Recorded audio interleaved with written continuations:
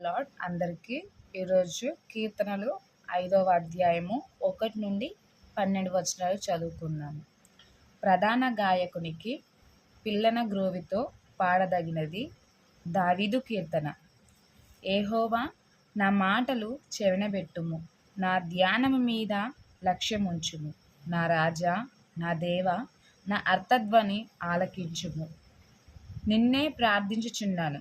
యెహోవా, ఉదయమున నా కంఠస్వరము నీకు వినబడును. ఉదయమున నా ప్రార్థన నీ సన్నిధిని సిద్ధము చేసి కాచియుందును.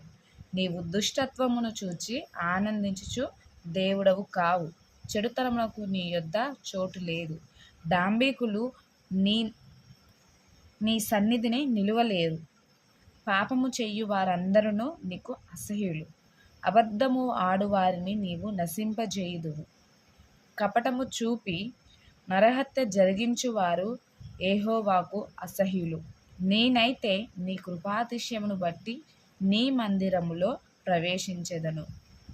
నీ ఎడల భయభక్తులు కలిగి నీ పరిశుద్ధ ఆలయము దిక్కు చూచి నమస్కరించెదను.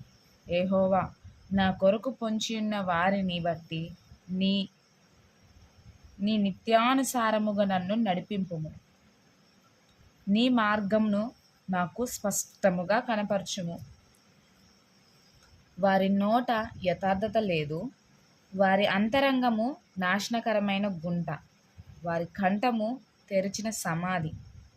వారు నాలుకలతో ఇచ్చకములాడుదురు. దేవా, వారు నీ మీద తిరగబడి ఉన్నారు. వారిని అపరాధులుగా తీర్చుము. వారు తమ ఆలోచనలో చిక్కబడి కూలుదురుగాక. వారు చేసిన అనేక దోషములను బట్టి వారిని వెలివేయుము. నిన్ను ఆశ్రయించు వారందరూ సంతోషించుదురు. నీవే వారిని కాపాడుదువు గనుక వారు నిత్యము ఆనందధ్వని చేయుదురు.